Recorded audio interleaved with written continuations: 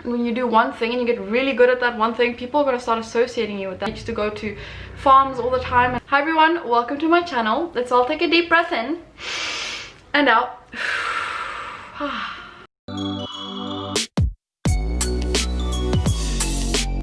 Okay, so I posted something the other day, and I actually wanted to make a video about it because it's something that I guess is part of who I am, and I wanted to kind of explain it a bit.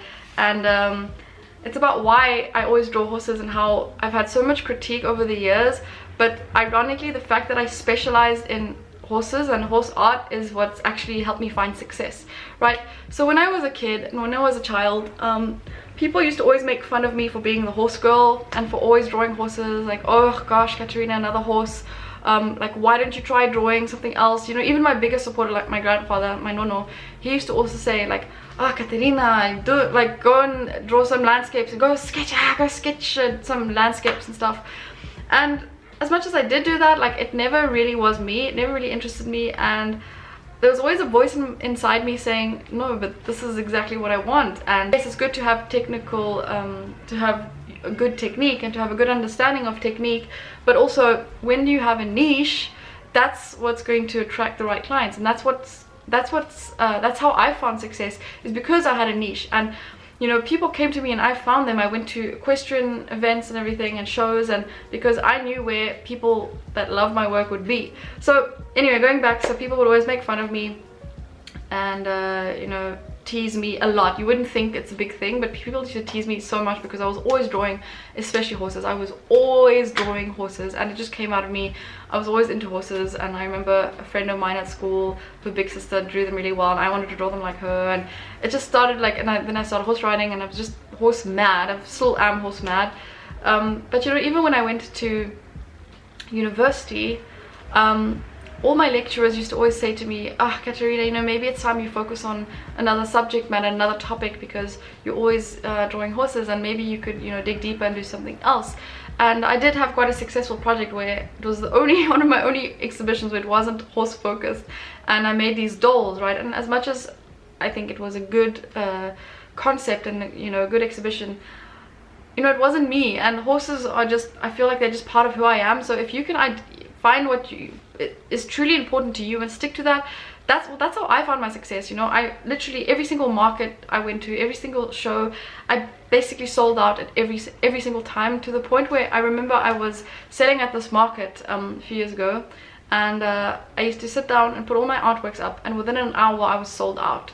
So, and I would go there once a week or twice a week, and to the point where people next to me, at the tables next to me, started seeing this. And then there was a woman who wanted to work with me, and she was like, please, can you draw me some, and then I'll put them on my table too, and you can get a cut, and just like random stuff like that. And then there was a guy also who was trying to copy me. He was making prints, like literally, I don't know, they looked exactly like mine. Literally within a few days he was copying me, and it was just crazy. I found like, wow. But the thing is, you know, these weren't necessarily only horsey people, but it was because this art that I made was so authentic to me, and it was just what I loved making and what came so naturally to me, that I just put it out there, and people kind of saw that, I guess. And not to blow my own trumpet, I'm not saying this to impress you, but rather to just say that, you know, once you specialize and once you have your niche, that's when you find success. Even during art school, you know, it was so against my comfort zone, and it's good to go out of your comfort zone as an artist, but stick to what you love. Honestly, like, that's where you're going to find success, because it's a niche, and your audience will know exactly who you are and what you do. You